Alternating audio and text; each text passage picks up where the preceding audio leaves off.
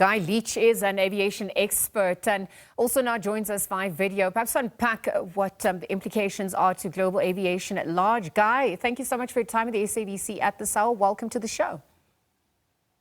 Hi, Liz. All nice to be with you. Well, I think we need to look at the impact on two levels, both globally and then for South Africa. Globally, I think that we're going to see obviously a sharp increase in ticket prices, largely as a result of a sharp increase in fuel prices. The blockade of the Straits of Hormuz is going to substantially increase oil prices. That's going to put up fuel prices. Fuel prices are typically around 25 to 30% of an airline's operating costs, so that's going to have a direct knock-on effect. Also, globally, I think one of the changes we're going to see is a gradual shift away from the great dominance that we've seen up to now of what's called the hub and spoke model, where hubs gather all flights together and then they send them on again from there. So we've seen the tremendous success of places like the Middle East in terms of developing hubs, also places like Addis Ababa as a key hub for Africa. I think increasingly we're going to see passengers now choosing rather to go point to point, which is direct. From a South African point of view, I think that it's very significant that we have 15 flights a day from the Middle East. That, if we assume about 300 seats per day, is what? It's 4,500 people who've effectively been cancelled, had their flights cancelled on them.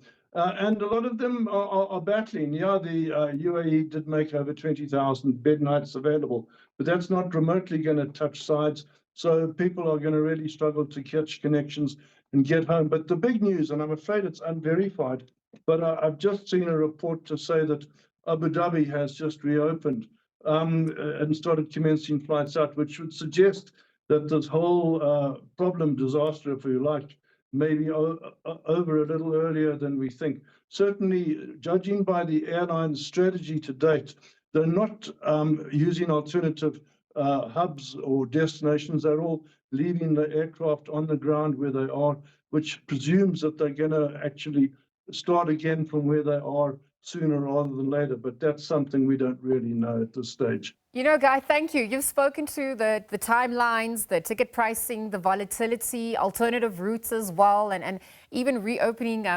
measures. Now, to your point about Abu Dhabi, and thank you for that.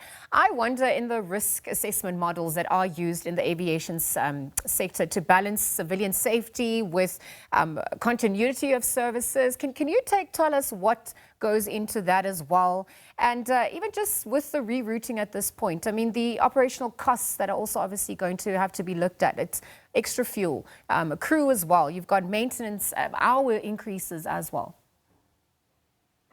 Yeah, look, the old saying in aviation is that aviation is the number one priority, or so safety is number one priority, or safety is non-negotiable.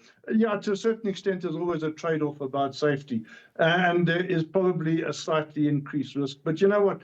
Airline flying has become incredibly safe. It's safer than any other form of travel by a multiple factor. And I don't believe that the airlines would be risking their safety record operating from airports that were significantly under attack. So I think that the safety risk we can hopefully largely rule out. Of course, I'd hate to be shown wrong in this case. The fact of the matter is, too, that in the last 5 years since the rebound from COVID, the airlines have been making fantastic profits. Fly Dubai just announced massive bonuses for its pilots and cabin crew, for instance. So I think that the airlines can afford to take a bit of a knock right now in terms of additional costs with aircraft on the ground and having to make alternative arrangements for many of the passengers. So my optimistic view is that actually this is not going to be a long-term problem. Okay. I think the airlines are expecting pretty much a reversion to normal ops within the next day or two, and it'll probably take about another 48 hours for the system to really clear itself and get back to normal, assuming that the other airports, Doha and Dubai, follow the Abu Dhabi example.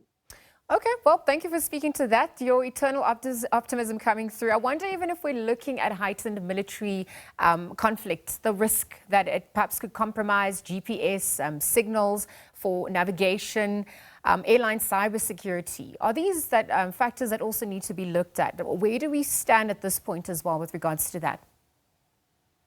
Well, very much so. It's a very interesting point because there's been a significant increase in what we call GPS spoofing, which is false GPS signals. And those do have an increasing effect on aviation, on airline navigation, if you like, because increasingly airlines are no longer airliners. Aircraft are no longer relying on their own inertial navigation systems, but also on GPS navigation. So, but there are backups in place to work around GPS spoofing.